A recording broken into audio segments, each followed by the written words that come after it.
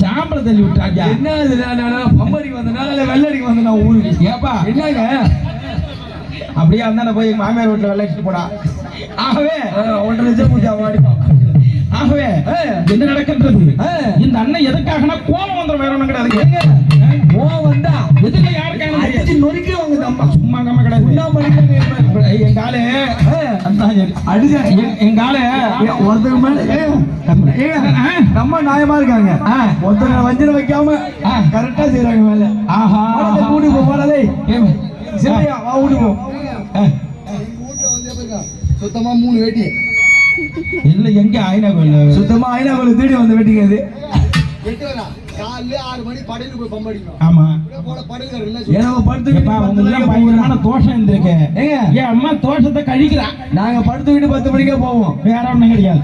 ஆக இந்த அன்னை ஆகப்பட்டது. ஆமா இப்போ நாம இவளாலதான் இவளை வேண்டிக்கிட்டோம்.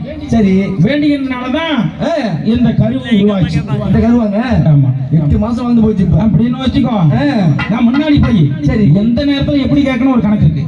இப்போ ஊஞ்சல் கண்ணு தெரியும். அம்மா கர்ப்பிணி பெண்கள் கூட இந்த ஊஞ்சல்ல கண் திறக்கும் போது உண்மைதாங்க அம்மா ஏதோ நல்ல நட்சத்திரத்துல பிறக்கணும் சரி வேண்டிக்கலாம், அது ஒண்ணும் பிரச்சனை கிடையாது. ஓஹோ ஆனால் அத்தசாம நேரத்திலே மயானத்திலிருந்து வருகின்ற பொழுது அங்கே காத்தான் கழுமரத்திலே இந்த அன்னையாகப்பட்டவள் மயானத்திலிருந்து வருகின்ற பொழுது அங்கு சென்று மூளையெல்லாம் மயானத்திலிருந்து வருகின்ற பொழுது அகோரமாகவே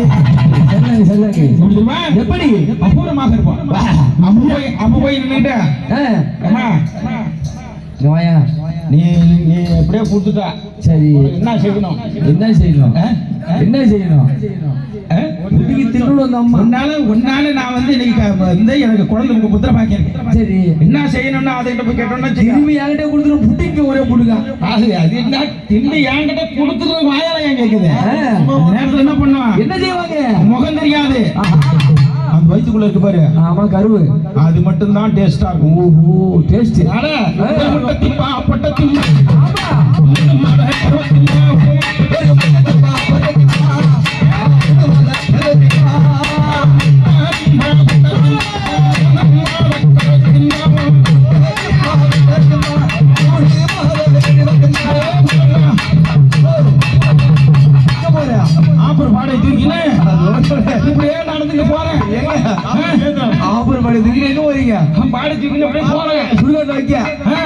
வைக்கிறதுக்கு சரி பட்டுக்கு அப்படியே வழியில்